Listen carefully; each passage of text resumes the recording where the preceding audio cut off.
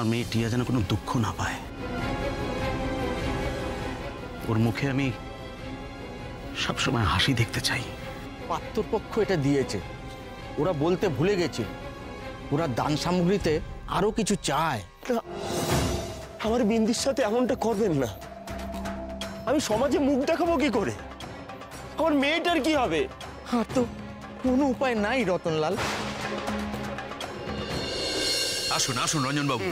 মা, মামা, মামি, এসো দেখো কে এসেছেন। চলুন চলুন। আরে নমস্কার নমস্কার বাবা, আজকে সবাই একসঙ্গে বাড়িতে রয়েছেন দেখছি। হ্যাঁ, ভাবা যায়, খুব ভালো খুব ভালো। হ্যাঁ নমস্কার। আরে এই তো মিসেস গোহরায়, আপনাকেই খুঁজছিলাম। তারপর আবার ভাবলাম যে কি জানি আপনি ব্যস্ত মানুষ, এত ব্যস্ত উকিল, আমার জন্য কি আর সময় রেখেছেন? কি বলছেন? আপনার জন্য সময় রাখবো না মানে?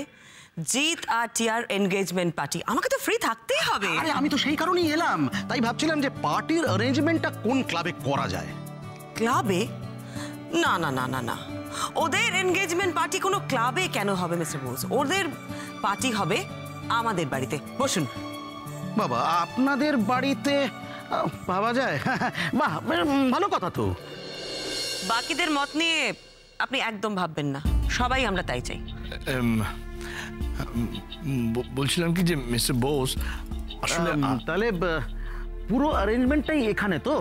একদম এখানে। আপনি আপনার বন্ধু বান্ধব আত্মীয় স্বজন যাদের যাদের বলতে চান সবাইকে বলে দিন। সিধু, মামার সাথে আলাপটা করিয়ে দে না।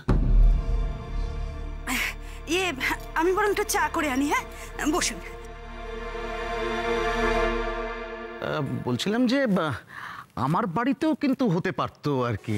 না না, আমি একটা কথা বুঝতে পারছি না, আমাদের বাড়িতে হওয়া নিয়ে আপনি এত হেজিটেট করছেন কেন? শুনুন, আমি অলরেডি ইভেন্ট ম্যানেজমেন্ট কোম্পানির লোকেদের ডেকে থিম পর্যন্ত সিলেক্ট করে ফেলেছি, জানেন আপনি? বাবা, ভাবা যায় কি শীতাংশু বাবু? হ্যাঁ, দেখেছেন এত মস্ত একজন উকিল এত কোর্ট কাছারি কেস টেস নিয়ে ব্যস্ত থাকেন, তাও কিন্তু দেওরের বিয়ের থিম পর্যন্ত ভেবে রেখেছেন। তাও আবার মামা তো দেওর, ভাবা যায়?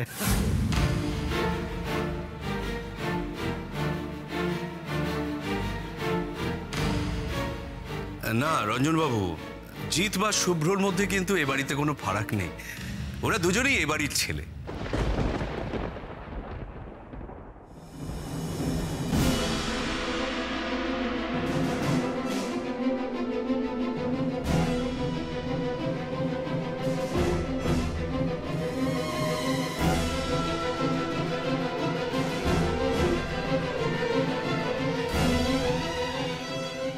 সর্বনাশ!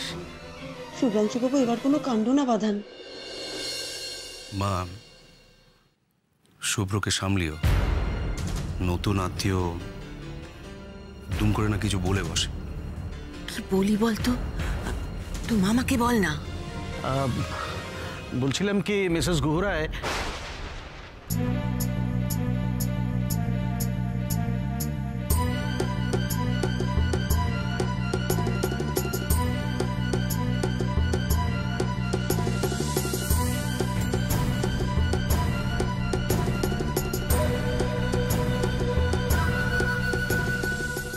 ভগবান, শুভ্রাংশুবাবু বিয়ের আলোচনায় বসলেন, কিন্তু উনি এরকম করছেন কেন?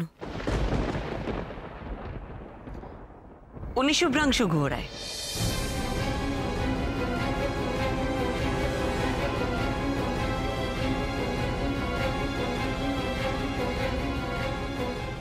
শুভ্র, কিছু বলছো? উনি আমাদের নতুন কুটুম হতে চলেছেন। হ্যাঁ হ্যাঁ, জানি তো, প্রতীকের হবু শ্বশুর মশাই।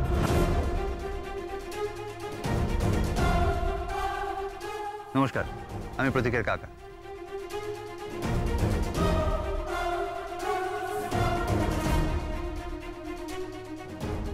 সীমার ছেলে প্রতীক? কি বলছেন এসব? ওনার মাথাটা তো গেছে নাকি? প্রতীক? শুভ্র, কি যাতা বলছো? উনি প্রতীকের হবু শ্বশুর হতে যাবেন কেন? প্রতীক তো ট্রেকিং এ গেছে, ওর এখন বিয়ে হবে কেন? উনি জিতের হবু শ্বশুর। হ্যাঁ?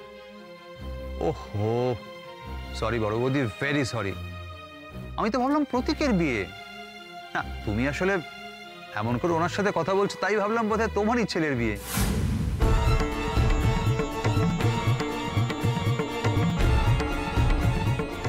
বিয়েটা যে আসলে মামার ছেলের, সেটা বুঝতেই পারিনি। কি গো, জিতের বিয়ে নাকি? তা বরকর্তা কে?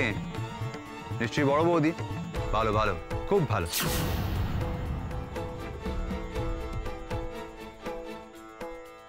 বাবা, আমি তো জানতাম ভালো ছবি আঁকেন, এখন দেখছি উনি অভিনয়টাও দারুণ জানেন। মামা, ইনি তোমার হবু বেয়াই। এটা সামনে এসো। ও হ্যাঁ, তাই এই তো অরূপ বাবু, বাবা যায়। এই দেখুন, তোমার নামও জানেন দেখছি। আরে আমি তো ভেবেছি তোমাকে ভালো করে চেনে নি না। দেখো কাণ্ড। মামা, আরে এসো, ভালো করে আলাপ করো ওনার সঙ্গে। হবু বেয়াই বলে কথা, তারপরে আবার মন্ত্রী, এ কি চারটিখানি কথা। এসো, আমি আসছি, কথা বলো তোমরা।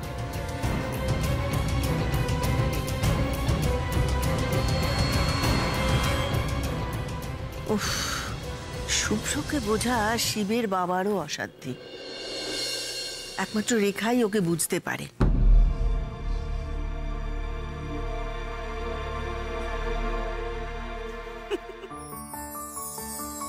আরে আপনি আসছেন কেন? আমার মুখে কি জোকস লেখা আছে? কি আসছেন?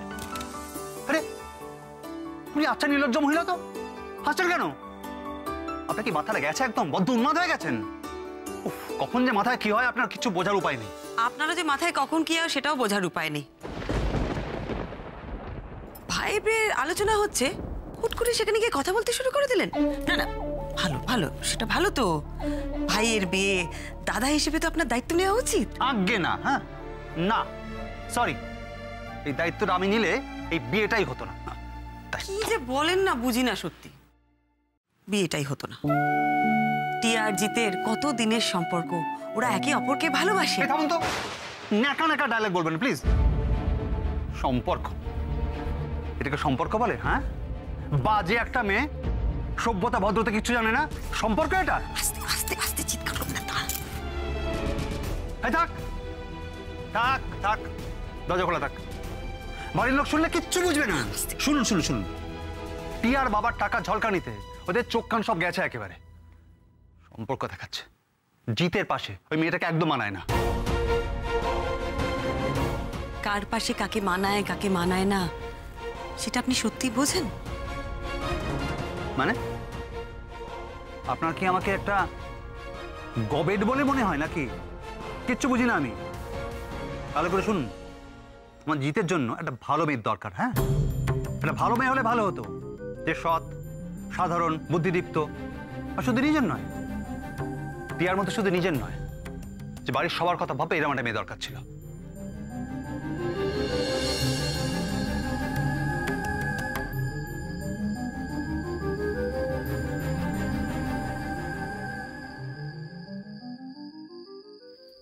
বলি ও অখিলা, বরণকুলো সাজিয়েছো?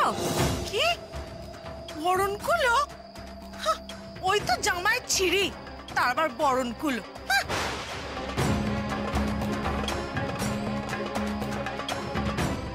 কাঁদিস না দিদি, তোর কিচ্ছু হবে না। তোর শ্বশুর বাড়ির লোক দেখবি, সবাই তোকে খুব ভালোবাসবে, কেউ তোকে এত কষ্ট দেবে না।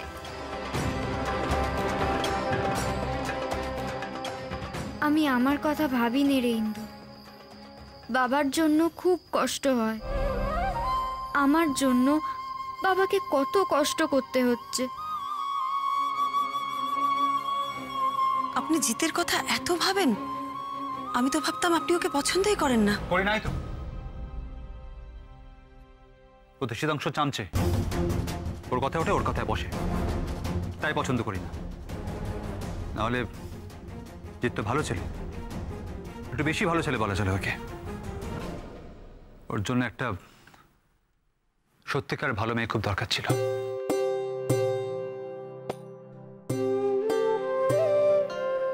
সুন্দর লাগছে বিন্দিকে। কাল বউয়ের সাজে না দারুণ মানাবে। বড় বাবাজি না মুখ ফেরাতেই পারবে না। জামাইবাবু দিদিকে ভালোবাসবেই, এত ভালো দিদি আমার।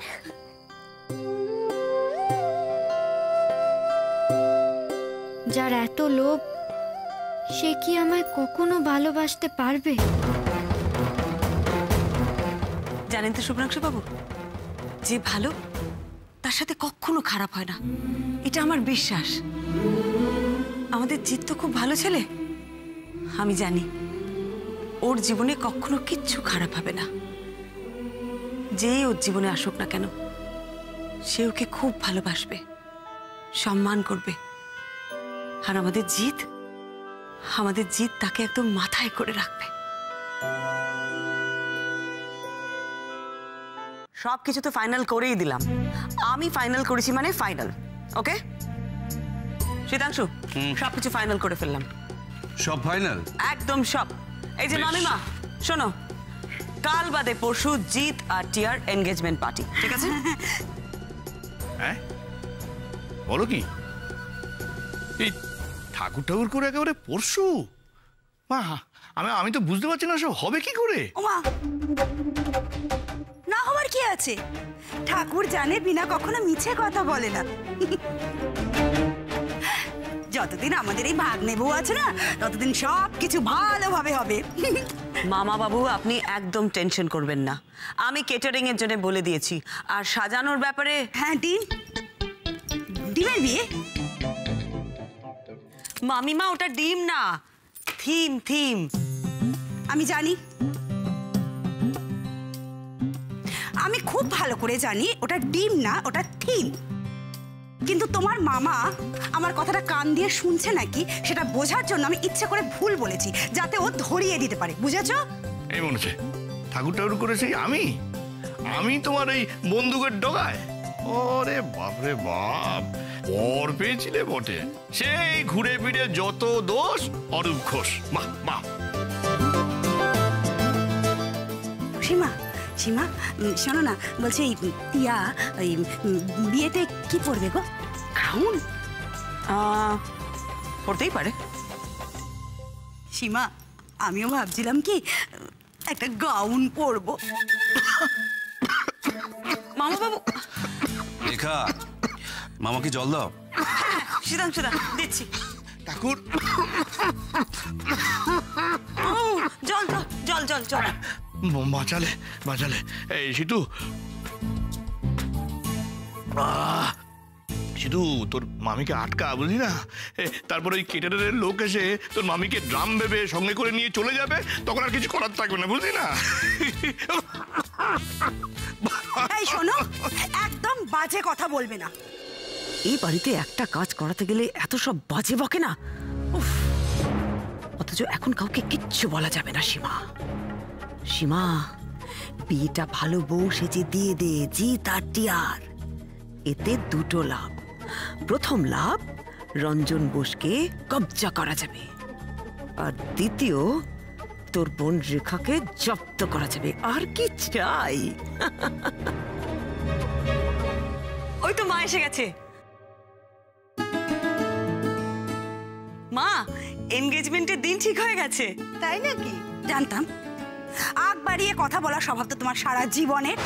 আমরা এতগুলো লোক আছি, আমরা কেউ দিদিকে বলতে পারতাম না? যত সব। দিদি, ও দিদি, বলো। দাঁড়াও ছোট বৌমা, দাঁড়াও। বিনা এখন শাশুড়ি হচ্ছে তো, ওকে বলতে দাও। বল। দিদি, জানো তো, যা সুন্দর দেখাচ্ছিল না, কি অপূর্ব লাগছিল, একদম চোখ ফেরানোই যাচ্ছিল না। চোখ ফেরানো যাচ্ছিল না? কার দিক থেকে মামি? আমাকে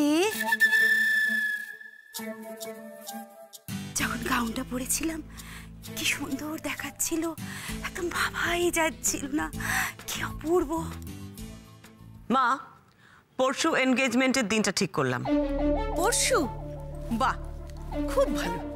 এই তো চাই বড় বৌমা। বাড়ির বড় বউ দেওরের বিয়ের দিন ঠিক করছে, খুব ভালো। তবে বড় বৌমা, শাশুড়ির একটা কথা কিন্তু রাখতে হবে। বলুন কি কথা? বড় বৌমা, এই আনন্দের মাঝে ভুলে গেলে চলবে না কিন্তু যে কদিন আগে এ বাড়িতে আরো একটা বিয়ে হয়েছে। এই বাড়িতে আরো একটা নতুন বউ আছে। কি বললে দিদি? নতুন বউ? নতুন বই বটে গো দিদি। এই কদিনের মধ্যে তোমার নতুন বউ এত কাণ্ড কারখানা ঘটিয়েছে, সেটা কি আর ভোলা যায়? আমি তোমাকে একটা কথা বলছি, ঠাকুর ঠাকুর করে একটু চুপ করতে পারো তো, থামতে পারো তো, মুখটা থামাও না।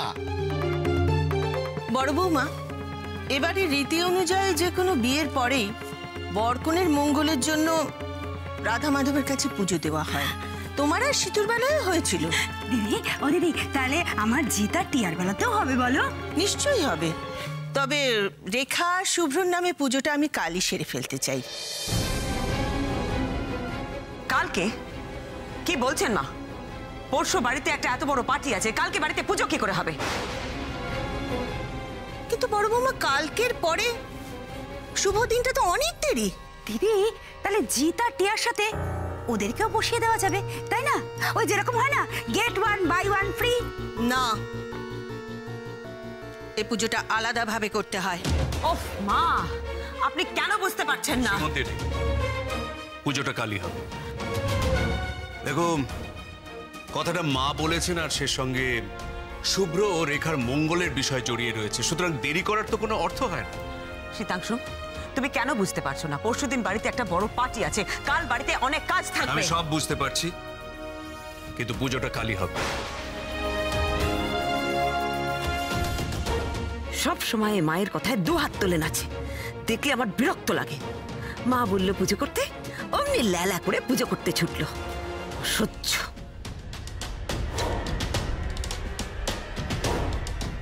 সবাই যা ভালো বোঝে তাই হবে, তবে দুদিন পর পুজোটা হলে মঙ্গল কিছু কম হতো না। না, তা হতো না, তবে সবাইকে আমি একসঙ্গে কবে পাবো?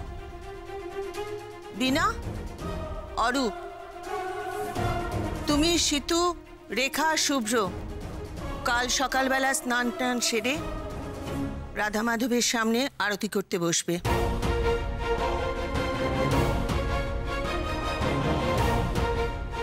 মনে রাখবে, সারাদিন কিন্তু উপোস থাকতে হবে, কথাটা যেন মাথায় থাকে।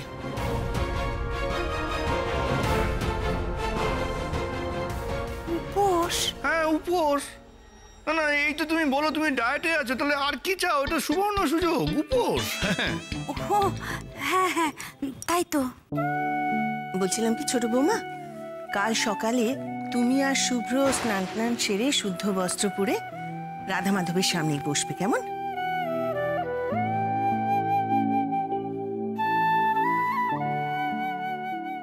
শুভ্রাংশু বাবুকে আমি কি করে এনে বসাবো ঠাকুরের সামনে? উনি তো আমাদের বিয়েটাই মানেন না। কিসের মঙ্গল বোঝাবো আমি ওনাকে? কাল ঠাকুরের সামনে আমি ওনাকে এনে বসাতে পারবো? তোমাদের চিন্তার কোনো কারণ নেই। আমার রাধা মাধব জিতের বিয়েতে কোনো বিঘ্ন ঘটাবেন না। তিনি জিতের কপালে খুব ভালো বউ লিখে রেখেছেন। আমি তো আমাদের ওই ফ্যাক্টরিতে যাব, তুমি চেনো তো? সেটা চিনি। জিৎ, আমাদের দেরি হয়ে যাবে না? আঙ্কেল, আপনি যদি কিছু মনে না করেন, একটা ক্যাব বা অটো ধরে চলে যাবেন প্লিজ। হ্যাঁ, ঠাকুর ঠাকুর করে ভালো বই বটে।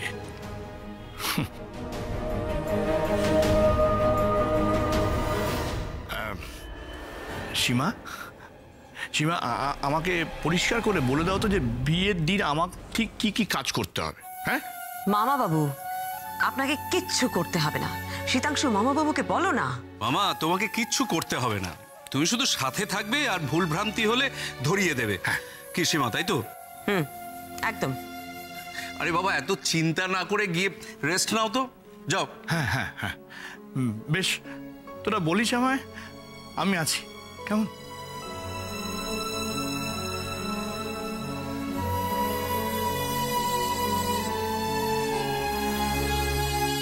আরে শোনো শোনো রতনলাল, ওরা সবাই বাড়িতে চলে গেছে, এখন তো অফিস ছুটি হয়ে গেছে।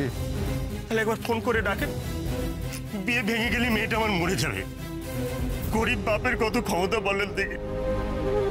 ঠিক আছে, আমি দেখছি। বাবু আমার দিন না, আমি একটু কথা বলি। আমার ঠিক আচ্ছা তাহলে বলবেন কারখানার রতনলাল।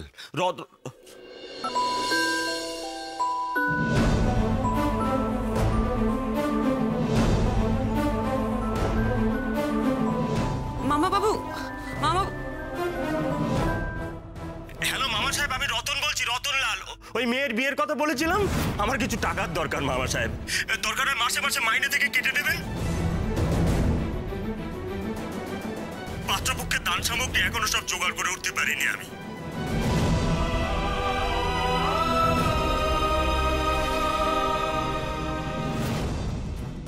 আমি কথা দিচ্ছি সারা জীবন এই কারখানার জন্য আমি খেটে দেবো, সারা জীবন। এবারের মতো আমার মেয়েটাকে বাঁচান বাবা সাহেব।